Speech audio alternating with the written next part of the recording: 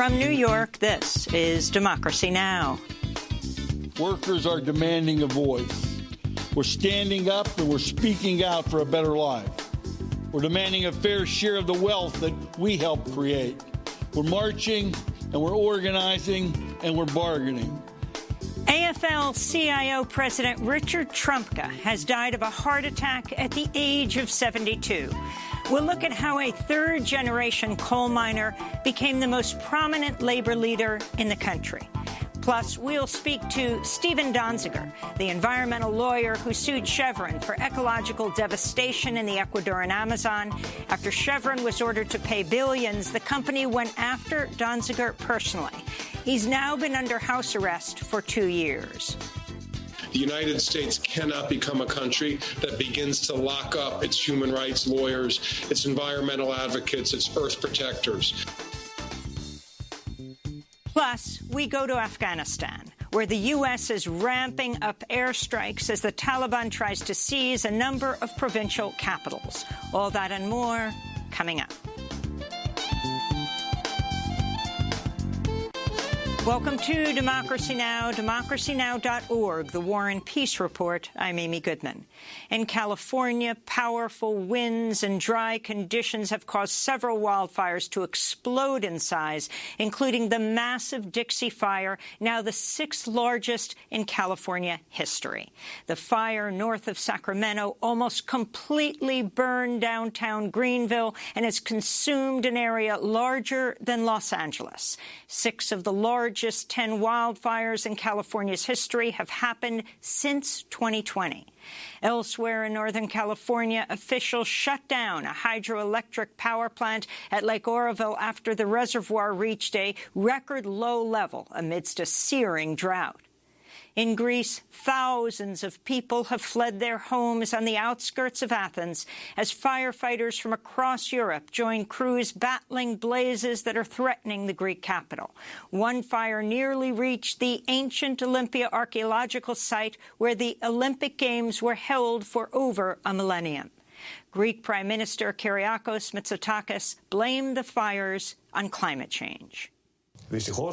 Unfortunately, the worst is yet to come, and the night ahead seems menacing.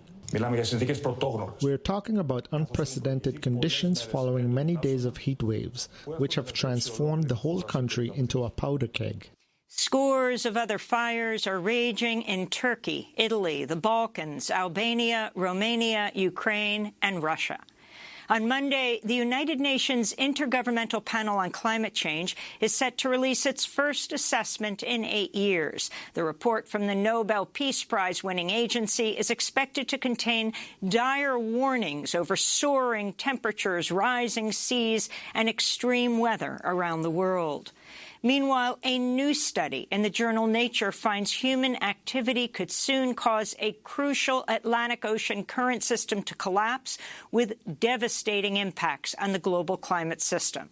Researchers found the ocean currents that carry warm water from the tropics to the North Atlantic have already been destabilized by the climate crisis. A complete collapse would dramatically change rainfall patterns around the globe, lower temperatures in parts of Europe while raising them elsewhere, and would dramatically raise sea levels in the eastern United States.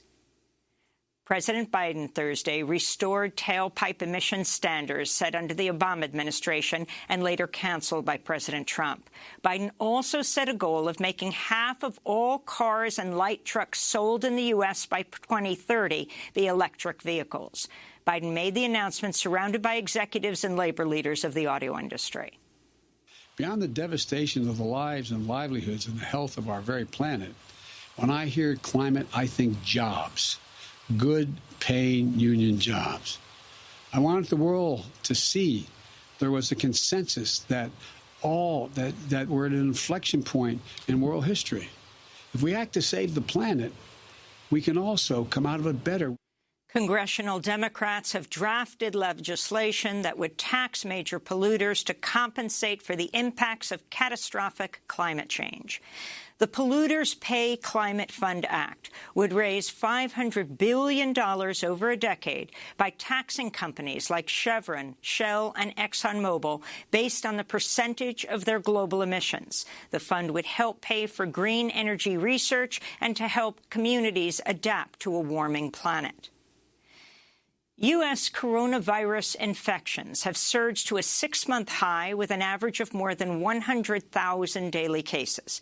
In Florida, the Memorial Healthcare System has suspended elective surgeries and has set up beds for COVID-19 patients in conference rooms, an auditorium, and a cafeteria. Florida now faces its worst surge of the pandemic. Even so, Republican Governor Ron DeSantis has refused to reverse his ban on mask mandates, calling vaccinations, social distancing, and masking an individual choice, and threatening to fine any school district that imposes mask mandates.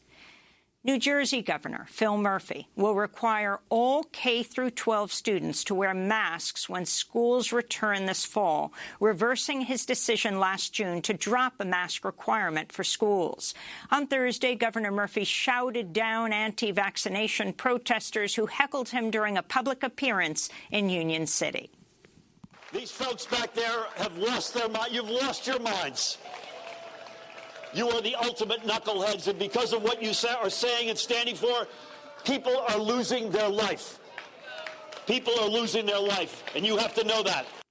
The World Health Organization warned Thursday the fast-spreading Delta coronavirus variant has led to an 80% increase in COVID-19 deaths across the African continent over the last month. The third wave of the COVID-19 pandemic in Africa is still raging at full force.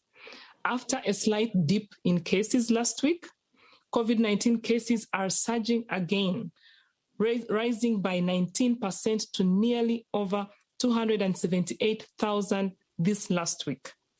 Globally, COVID-19 cases are continuing to rise, with an average of over 600,000 confirmed cases per day. The United Nations Security Council is holding an emergency session today to discuss the crisis in Afghanistan. This comes as Taliban fighters are attempting to seize 3 provincial capitals. On Wednesday, a UN spokesperson said the fighting has left thousands of Afghans trapped or fleeing for their lives. We're deeply concerned about the safety and protection of people in Lashkargah in the south, where tens of thousands of people could be trapped by the fighting. Our humanitarian colleagues also tell us that in Helmand and Kandahar, there are reported increased civilian casualties, destruction or damage to civilian houses, as well as to critical infrastructure, including hospitals. Later in the broadcast, we'll go to Kabul, Afghanistan, for the latest. In Nicaragua, authorities have arrested another candidate in November's presidential election as President Daniel Ortega continues to crack down on his opposition. Berenice Quesada, who was Miss Nicaragua in 2017, has been placed under house arrest. She's the running mate of right-wing presidential hopeful Oscar Sobovado, a former commander for the U.S.-backed Contras, which have been accused of brutal human rights violations fighting the Sandinistas during the Nicaraguan Revolution in the 1980s. In Guatemala, a new anti-corruption prosecutor has been appointed following the abrupt firing last month of Juan Francisco Sandoval, who was forced to flee Guatemala. The new appointee has been accused of prosecuting Guatemala's political opposition and of protecting the corrupt elite. This comes as protests continue across Guatemala this week, demanding the resignation of the right-wing president Alejandro Giammattei and Guatemala's attorney general. To see our recent coverage of the protests, go to democracynow.org. Back in the United States, Texas Republican Governor Greg Abbott has ordered a new special session of the state legislature in a renewed effort to pass draconian voter suppression legislation. In response to a previous effort last month, almost every Democratic representative in the Texas House fled the state to Washington, D.C., denying the Republican majority a quorum. Texas Democrats are reportedly debating whether to leave Texas once again ahead of Saturday's special session. Today is the 56th anniversary of the signing of the Federal Voting Rights Act. AFL-CIO President Richard Trumka has died of a heart attack. He died Thursday at the age of 72. Trumka had led the nation's largest labor federation since 2009. Richard Trumka was a third-generation coal miner from Pennsylvania. At the age of 33, he became the youngest president of the United Mine Workers of America, where he helped organize strikes against Peabody Coal and the Pittston Coal Company. He also led union efforts to oppose apartheid in South Africa and backed a boycott of Royal Dutch Shell, which had been called by the National Union of Mine Workers in South Africa. We'll have more on Rich Trumka's life and legacy after headlines. The Justice Department's Civil Rights Division has opened an investigation into allegations of abuse, excessive force, and discrimination by the Phoenix Police Department. Attorney General Merrick Garland said Thursday the probe will also focus on accusations that Phoenix officers retaliated against protesters and brutalized unhoused people and people with disabilities. The American Civil Liberties Union has filed a federal lawsuit challenging Texas Republican Governor Greg Abbott's executive order restricting some asylum seekers to traveling only with law enforcement officials and directing state troopers to stop vehicles suspected of transporting migrants. The ACLU denounced the policy as illegal and inhumane and warned it will create the perfect storm for racial profiling. A federal judge earlier this week temporarily blocked the executive order until next week, when another hearing is scheduled. In related news, the Biden administration says it will soon require thousands of border agents to begin wearing body cameras. Immigrant justice advocates have long demanded the practice to improve accountability after dozens of fatal shootings involving border agents and mounting allegations of abuse against migrants, asylum seekers, and others. And today marks 76 years since the United States dropped the world's first atomic bomb on the Japanese city of Hiroshima, killing an estimated 140,000 people. During a ceremony today at the site of the blast, the Japanese Prime Minister, Yoshihide Suga, vowed Japan will work with other nations to promote nuclear disarmament. But he did not mention the Treaty on the Prohibition of Nuclear Weapons, which Japan has not signed. Democracy Now! Visited the Hiroshima Peace Memorial in 2014 and spoke to a survivor of the bombing. To see our coverage, go to democracynow.org. And those are some of the headlines. This is Democracy Now!, democracynow.org, the War and Peace Report. I'm Amy Goodman. We begin today's show looking at the life and legacy of AFL-CIO President Richard Trumka, who died of a heart attack Thursday at the age of 72. He'd led the nation's largest labor federation since 2009.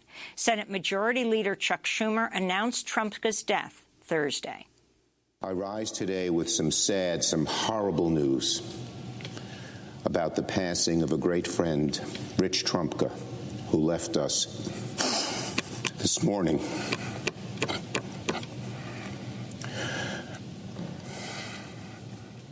The working people of America have lost a fierce warrior at a time when we needed him most. Just yesterday, Rich was lending his support to the striking miners in Alabama. Following in his father's footsteps, he worked in the mines.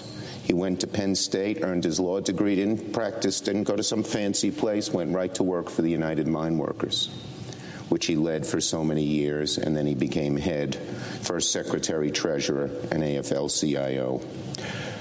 He had in his veins, in every atom of his body, the heart, the thoughts, the needs of the working people of America. The Reverend William Barber of the Poor People's Campaign paid tribute to Richard Trumka by saying, quote, "We've lost a dear friend and brother in the struggle for justice. He never separated the fight for economic and labor rights from the fight for voting rights and civil rights. He knew they are simultaneous fights," Barber said. Richard Trumka was a third-generation coal miner from Pennsylvania.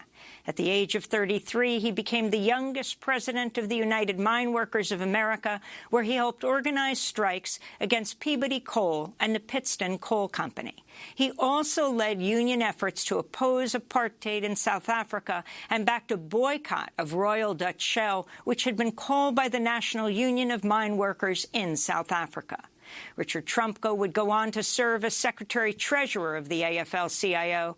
In July 2008, he made headlines when he denounced racism within organized labor and called on all workers to vote for Barack Obama. There's not a single good reason for any worker, especially any union member, to vote against Barack Obama. And there's only one really bad reason to vote against Barack Obama. And that's because he's not white. In 2009, Richard Trumka was elected president of the AFL-CIO after the retirement of John Sweeney. This is Trumka speaking in 2018 after the Supreme Court issued a major anti-union ruling eviscerating the power of public sector unions in the case Janus versus AFSCME. All over our country right now, workers are organizing, and they're striking as we haven't seen in years. 15,000 workers in April, in 1 week, joined the union. And that's on top of the 262,000 new members who joined our ranks last year. And the optimistic, to be even more optimistic, 75% of them were under the age of 35. Our turn's coming. And despite the fact that too many of our labor laws have been written to undermine the freedom to organize. Now, new research from MIT shows a 50% increase in the number of non-union workers who would vote to join a union tomorrow if given the opportunity. Tens of millions of workers are ready to experience the transformational power of collective bargaining. And in many cases, all that stands in the way is a rigged system. Let me be clear. The Supreme Court is on the wrong side of history.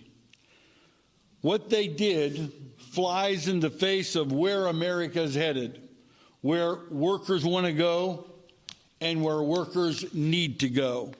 And it shows exactly how out of touch they are with the real America that's out there. Janus or no Janus, workers are demanding a voice. We're standing up and we're speaking out for a better life. We're demanding a fair share of the wealth that we help create. We're marching and we're organizing and we're bargaining. And we simply will not allow a corporate-controlled Supreme Court to stop us from doing our job. CIO President Richard Trumka speaking in 2018. He died Thursday at the age of 72. To talk more about his life and legacy, we're joined by two guests. Arlene Holt-Baker served as the Executive Vice President for the AFL-CIO from 2009 to 2013. She was the first African-American to ever serve as an executive officer in the AFL-CIO's history. We're also joined by Jose Laluz, a veteran labor organizer, campaigner, and educator. He's been a workers' rights activist for decades. We welcome you both to Democracy Now! Arlene Holt-Baker, you work side by side with Richard Trumka for years. Can you talk first about the reaction to his death and what you feel it's important for people to understand about Richard Trumka's legacy?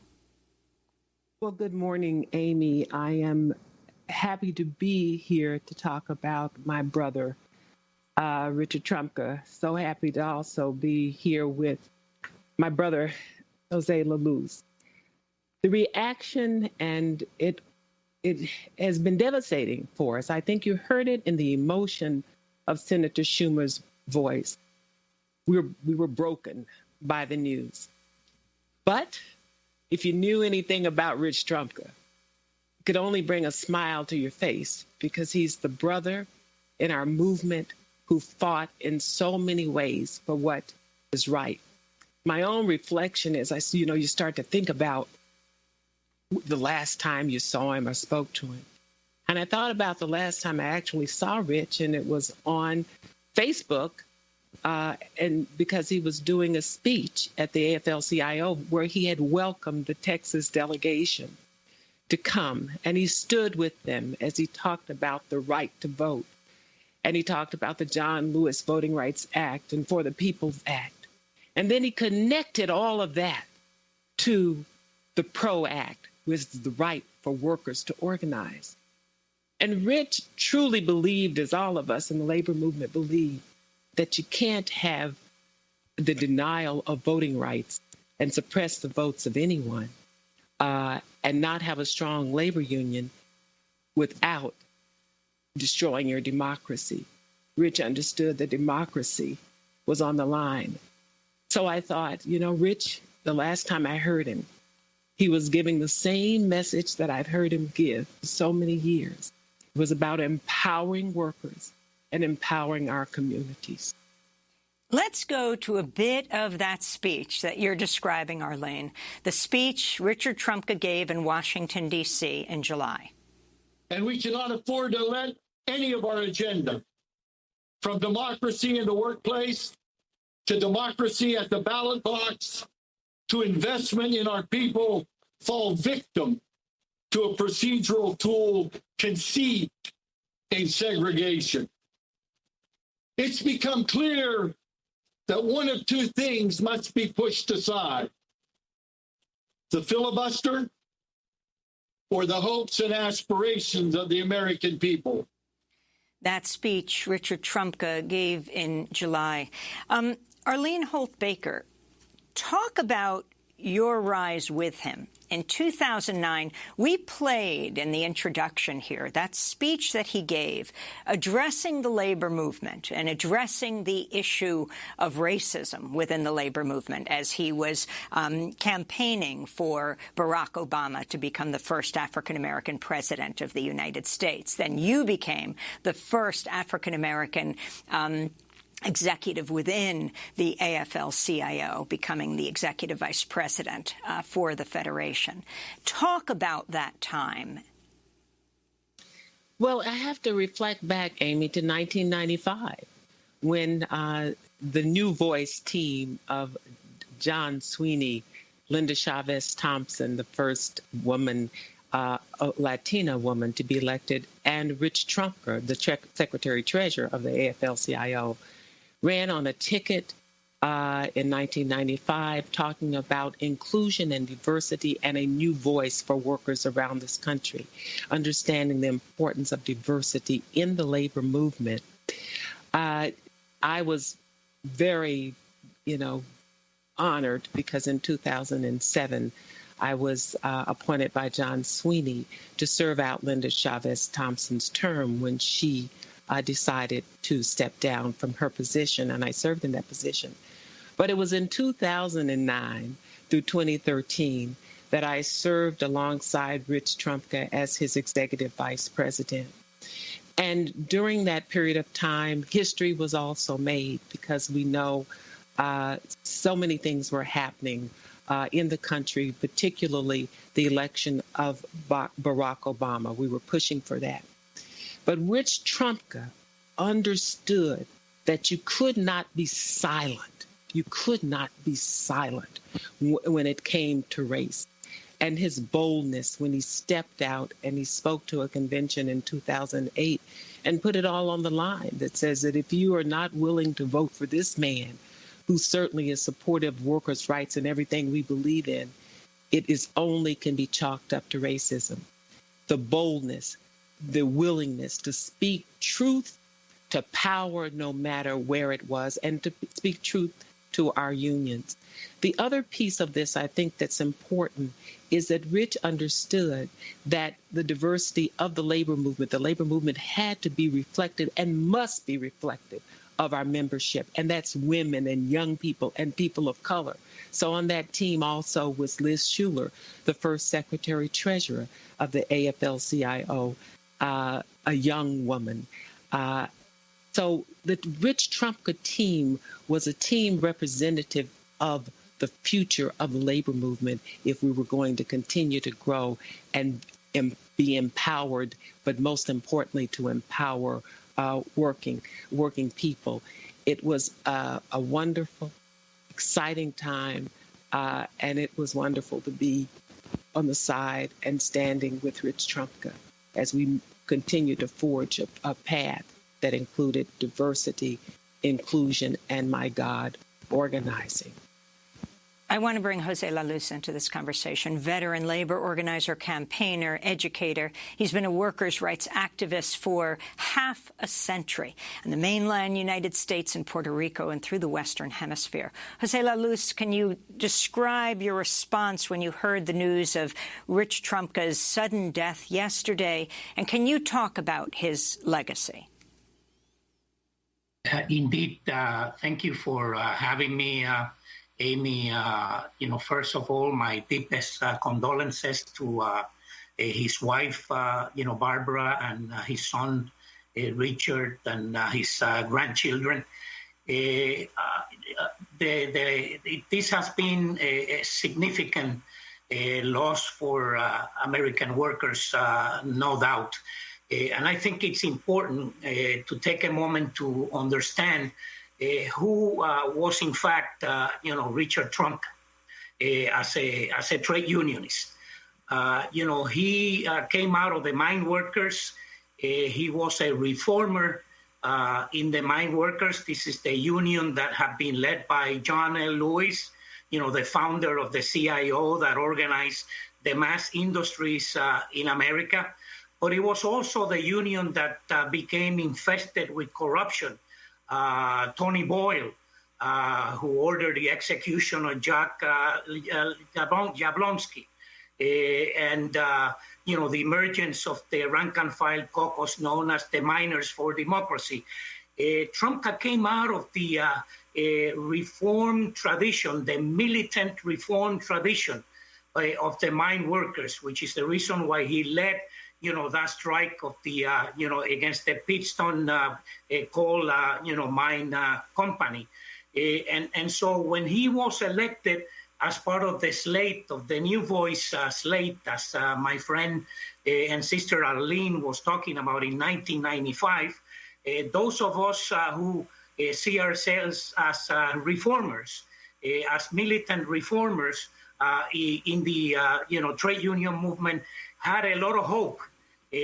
For this coalition that came together around John Sweeney, Richard Trumka, and Linda Chavez Thompson, in terms of dealing with this fundamental challenge that the American labor movement has, and that is how to build power for workers, how to build political power, how to build economic power, how to become a very strong force for a profound transformation in society. And so Trumka was, in fact, a reformer and a visionary.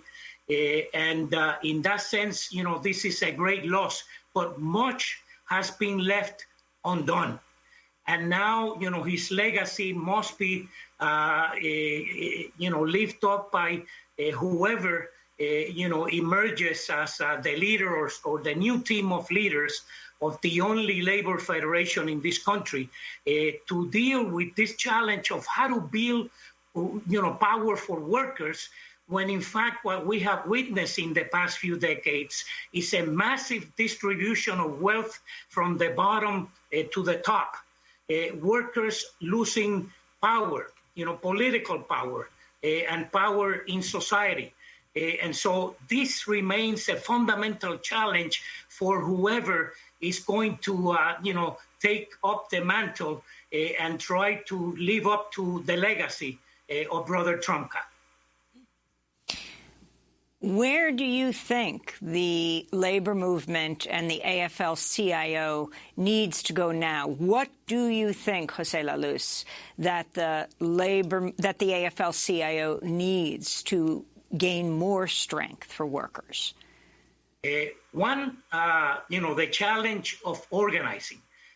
When you represent only 10% of the labor force, I mean, it's hard to envision being able to exercise a lot of power. I mean, the labor movement must grow, and this means that the resources have to be allocated, have to be invested in organizing.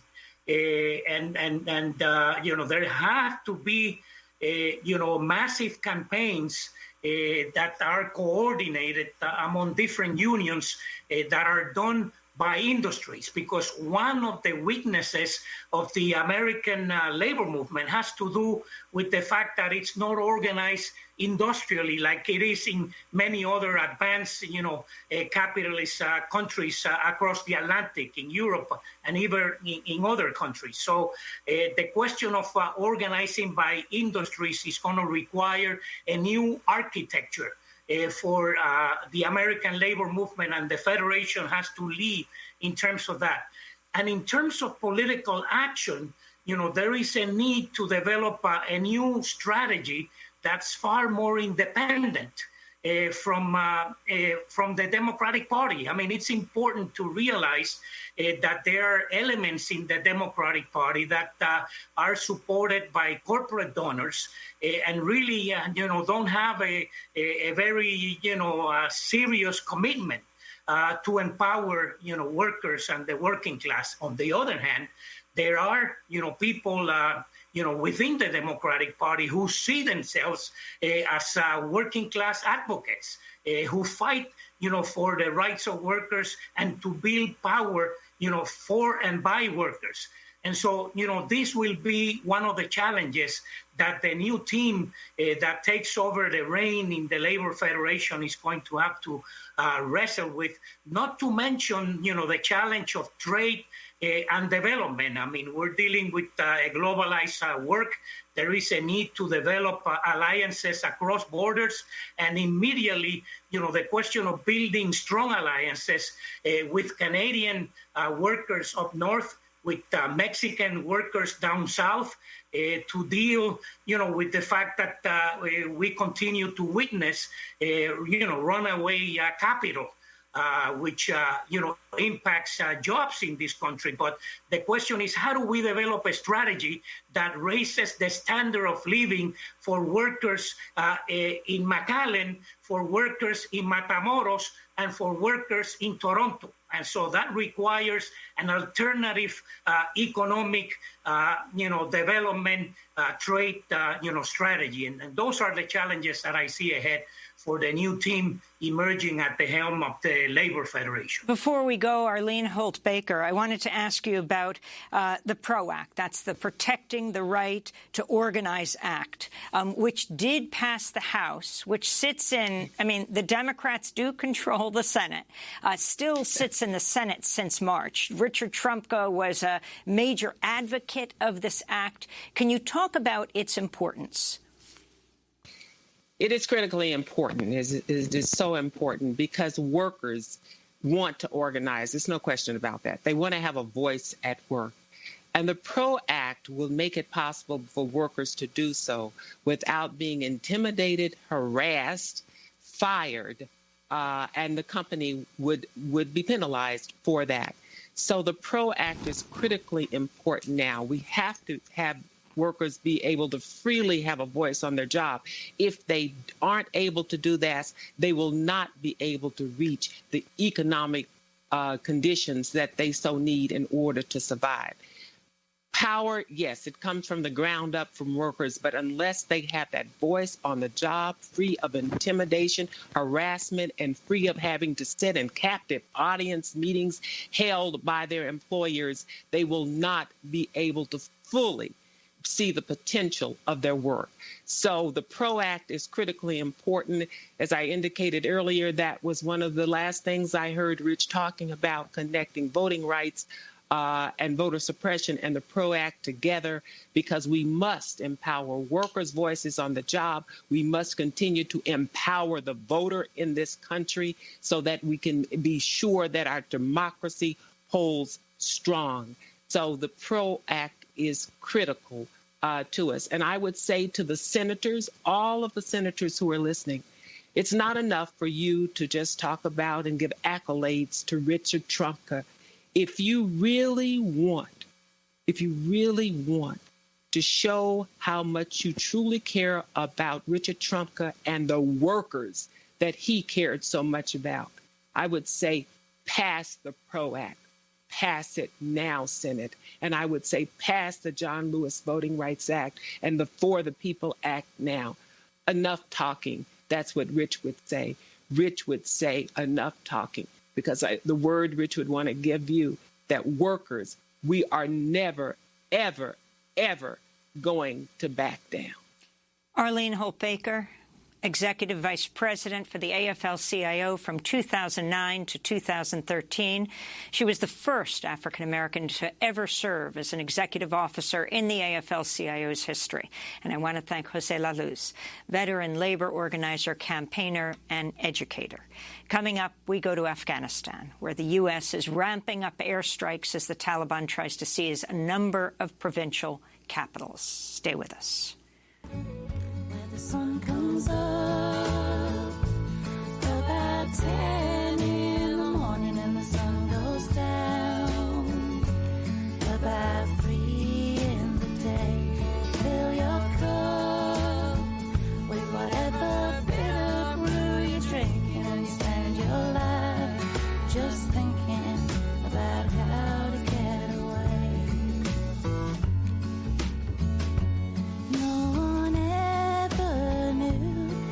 Was cold in them mountains till a man from the northeast arrived.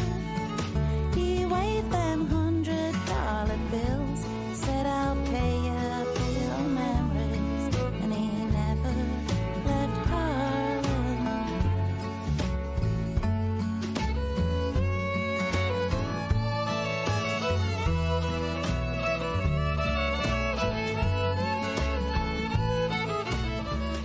You'll Never Leave Harlan Alive, performed by Jan Bell. This is Democracy Now!, democracynow.org, The War and Peace Report. I'm Amy Goodman.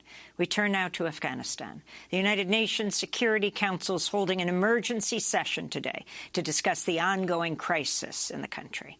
This comes as Taliban fighters are attempting to seize 3 provincial capitals, Kandahar, Herat, and Lashkar-Gah. The Taliban has also taken responsibility for a major attack Tuesday outside the home of Afghanistan's defense minister in Kabul that killed 8 people, though not him. On Thursday, the European Union condemned the recent Taliban offensive and demanded, quote, an urgent, comprehensive and permanent ceasefire, unquote. In recent days, the United States has stepped up airstrikes targeting the Taliban in an effort to support the Afghan military. This all comes as the United States is on pace to withdraw its ground troops by the end of August. We go now to Kabul, where we're joined by the journalist Matthew Akins. He is a contributing writer for the New York Times Magazine. In 2013, he won a Polk Award for exposing U.S. war crimes in Afghanistan. He has a book coming out on refugees in February. Welcome to Democracy Now!, Matt. It's great to have you back. Matthew, if you could start off by describing the situation on the ground as what I believe the U.S. now says they've pulled out 95% of their troops. Thank you, Amy. It's always a pleasure. Well, in the 13 years I've been working here, I've never seen a situation as grim. Kabul has been quiet for the last few months. That was shattered a couple days ago with this massive suicide attack. The provinces are falling to the Taliban. There's a number of provincial capitals that are encircled. Just today, this afternoon, in fact, we had news that the Taliban have taken over Zaran, which is the capital of Nimroz province in the southwest of the country. It's a strategic province in terms of its borders with Iran and Pakistan. And the Taliban have entered the city. We are seeing images of that now, and it's the first time that they've seized a provincial capital since the fall of Kunduz in 2015, when the government was able to take it back with U.S. help, including troops on the ground.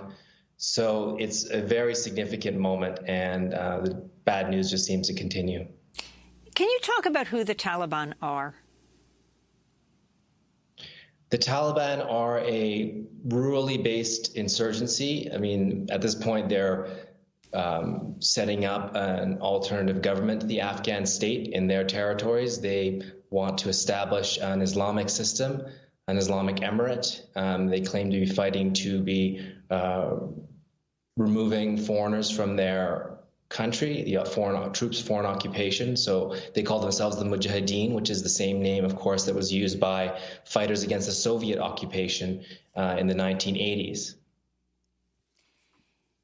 So talk about the areas of the country that they have control of, and talk about Kabul, and also the significance of this latest attack that the Taliban has taken responsibility for outside the defense minister's home. Well, up until now, the Taliban have largely controlled rural areas, and that really has to do with a split between Afghanistan's cities and its countryside. The cities have benefited a lot more from the last 20 years of foreign military and development presence, whereas the countryside, they've borne the brunt of the violence, and they haven't really benefited as much from development. So you've seen this rural-urban split. The Taliban have captured a lot of these districts. Now they're trying to encircle cities, and it's going to be a much harder battle for them because they have less support there, and the government now has fallen back upon its centers where they have less problems about logistics. They're also getting support from American airstrikes, which have been stepped up in recent days. I think one reason is because American troops are largely out of the country now, so there's less targets for the Taliban to retaliate against. Instead, what they're going to be doing is they're going to be hitting the cities. They're going to be hitting government targets in the cities like the defense minister's house, which was hit by a massive suicide bombing, as well as a member of parliament next door. Apparently, there was 100 people meeting in that parliamentarian's house, and it was very lucky that they were able to actually escape onto the roof where there was a sort of bridge to a neighboring house. So only 8 people were killed, but it could have been an incident with much higher casualties, and we're likely to see more of that as the Taliban start to retaliate and bring pressure on the internationals and the government in response to these airstrikes. So the UN is meeting now to deal with this issue. The UN warned in a new report that civilian casualties in Afghanistan in the first half of 2021 reached record levels, including a sharp increase in killings and injuries since May, when the international military forces started pulling out. Without a significant de-escalation in violence, the report says, Afghanistan is on course for 2021 to witness the highest ever number of documented civilian casualties in a single year since the UN records began. So can you talk also about the effect of the U.S. air attacks? They say they're supporting the Afghan military. They've intensified recently, and are they going to end by the end of August? Well, so far, the Biden administration has not said whether they're going to end by the end of August. They're reserving that right. And these airstrikes are happening now inside of cities because the Taliban are inside cities. They're in the outskirts of many of these provincial capitals. So they're striking buildings, they're striking heavily populated areas, a lot of civilians. So they're undoubtedly going to be heavy civilian casualties as a result of this urban combat, also on the side of the Taliban, who are, after all, responsible for these offensives into cities. So the blood of a lot of civilians are going to be on their hands as well. The fact of the matter is if these provincial capitals fall, it might also be quite bloody. It's a kind of no-win situation. I think maybe similar to what the U.S. faced in Iraq, where airstrikes were necessary to hold back the advance of insurgents from capturing major cities. But at the end of the day, there's very little leverage that the international community or the U.S. has on the Taliban. We've been bombing them, assassinating them, sanctioning them for 20 years. So as long as they're winning, capturing territory, they have no incentive to come to the bargaining table. So probably we're going to see brutal, bloody fighting until there's a stalemate of some sort that persuades both sides to talk. And I'm afraid we're quite far away from that.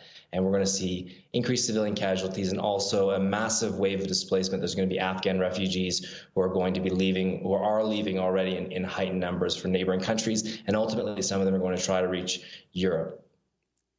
And what will happen with them? Well, it's sad to say because I covered the major wave of displacement of people who are crossing in rubber rafts, across the Mediterranean in 2015. 2016. They were walking across the mountains and deserts to get there. And since that refugee crisis, what we've seen is these countries have actually hardened their borders. They built fences, they built walls, they built concentration camps with the support of the European Union, just like the U.S. has fortified its southern border. So the way is going to be a lot harder, a lot more brutal for these people who are fleeing this disintegration of their country. You've reported extensively on U.S. war crimes and committed in Afghanistan, and the longest U.S. war in history. Can you talk about the legacy of the U.S. invasion and what the United States military leaves in Afghanistan? Well, I think the military was very focused on short-term solutions. You know, there was this adage that we didn't fight, 20-year war. We fought 21-year wars. With each new troop rotation, people were looking to make solutions that would last the end of their deployment. So it's kind of no wonder that things are falling apart so quickly, because nothing was made to last, really. And so that's one legacy. The other is that there have been quite brutal human rights abuses and extrajudicial killings committed by Afghan security forces. In Kandahar right now, the Taliban have captured areas like Spin Boldak. They are definitely carrying out extrajudicial killings. There's been evidence, I've heard that from my sources. Many of the people they're targeting are former members of the government security forces, police belonging to General Abdul Razak, a commander that I reported on, whose men were engaged in documented extrajudicial killings. So this cycle of violence, this cycle of war crimes is continuing, it's accelerating, and I fear that in the coming months and years that we're going to see a return to the kind of open, widespread massacres and violations of rights that we've seen in previous years during the Civil War. Although we say U.S. troops are out of Afghanistan within weeks, in fact, thousands of mercenaries will remain there and other what the U.S. calls support staff. Is this war just going to become much more secret and much more even less accountable than it is? I think that the U.S. role in this war is definitely going to become more secret and less accountable, because it's going to be largely carried out by the CIA and special operation forces that are operating under secret, covert authorities. So we're going to know less about it, certainly. And at the same time, though, I think that it's going to become a much more Afghan war. There's not going to be the same presence that we had before. So it's very difficult to say what the U.S. will be doing, because we're not going to have a lot of visibility on it. It's going to be a much smaller role, but significant nonetheless. I mean, don't forget that they're bankrolling the Afghan government, paying their salaries. And without that, there would be an even faster collapse of the Afghan security forces. And what do you think that the U.S. media, of the U.S. media portrayal of what's happening in Afghanistan right now, what's missing, Matthew?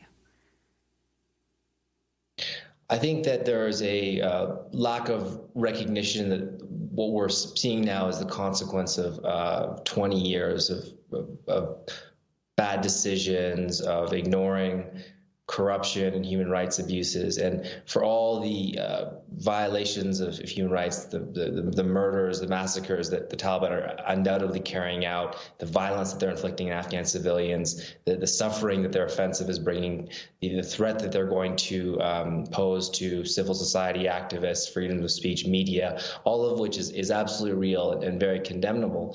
It is the result of 20 years of violence inflicted on the Taliban in the rural areas, 20 years of interlacing the media and the civil rights, civil society here with this military presence, so that they become kind of indistinguishable in the eyes of the Taliban.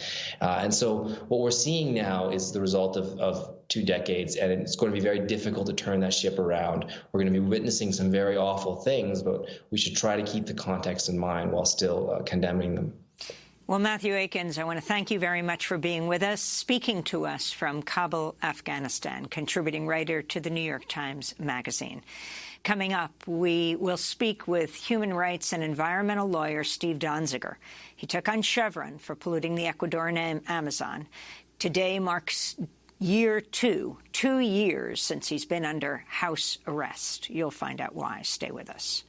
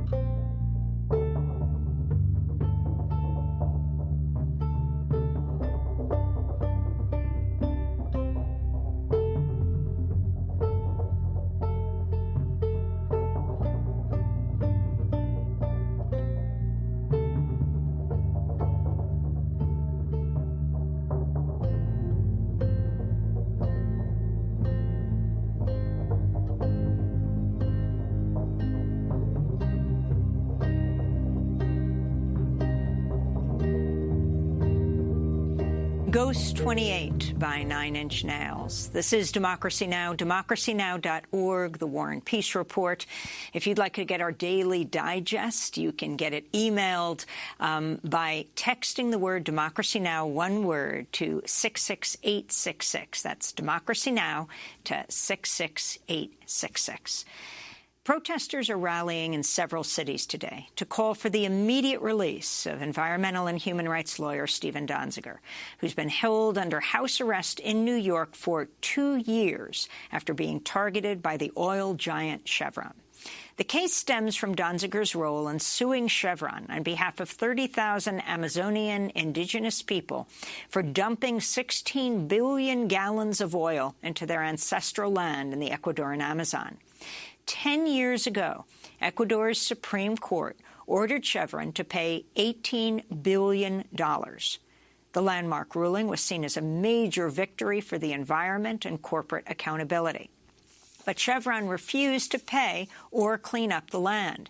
Instead, Chevron launched a legal attack targeting Donziger.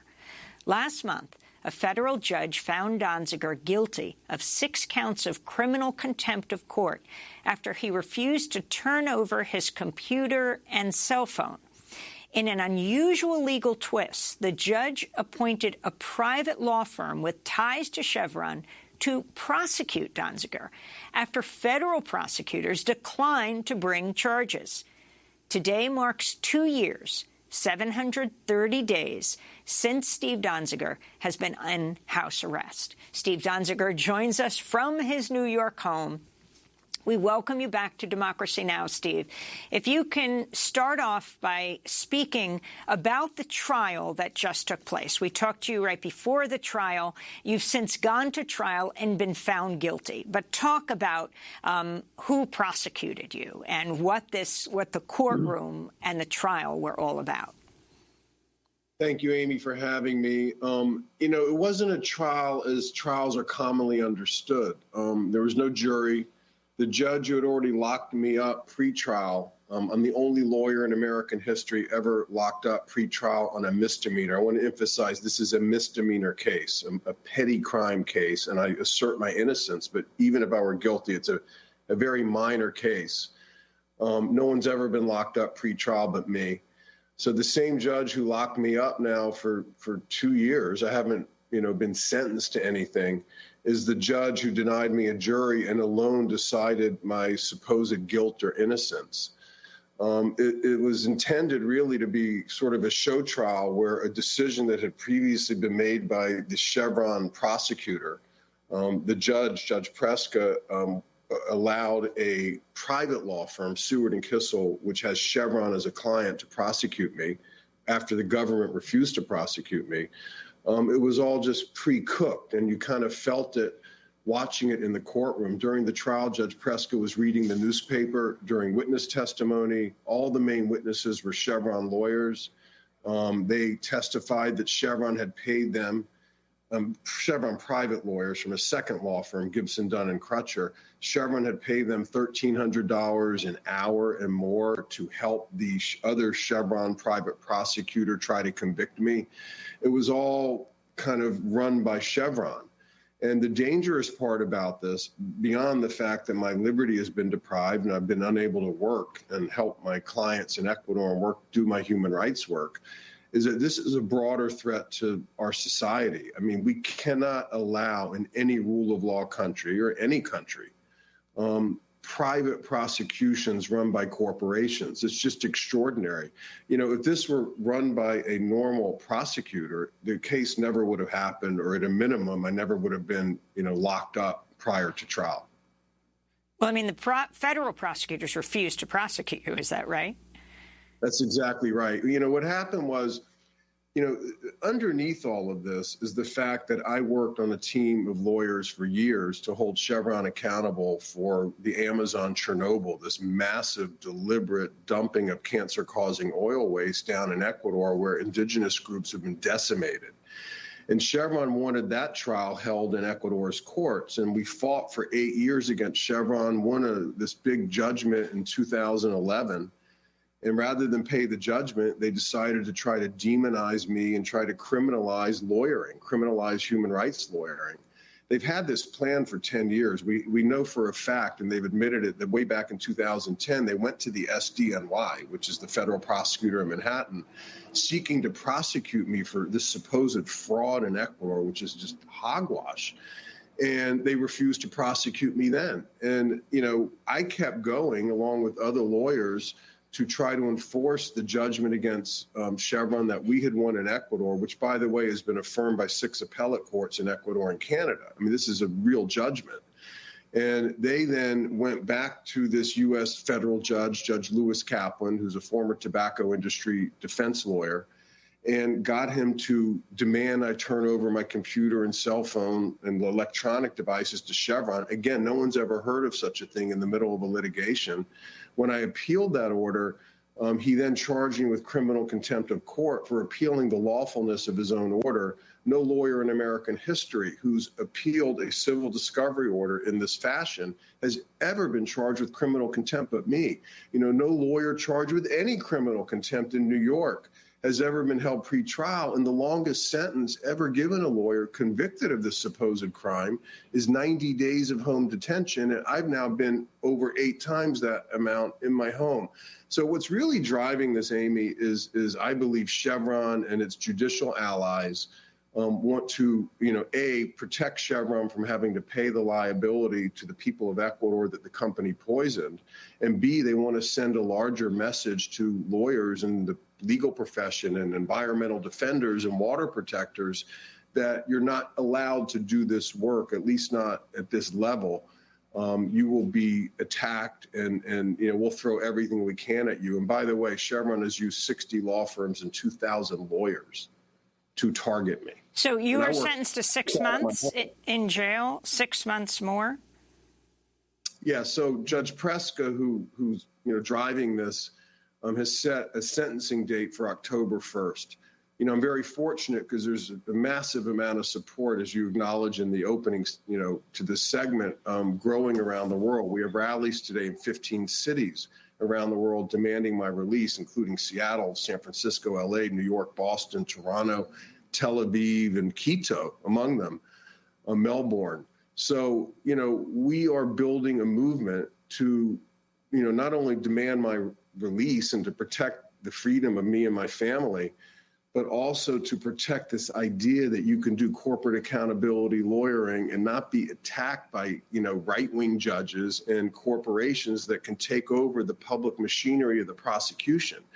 This is a serious issue. Like having a corporation prosecute someone and have the power to deprive someone of their liberty in the United States can't happen. This is the first time.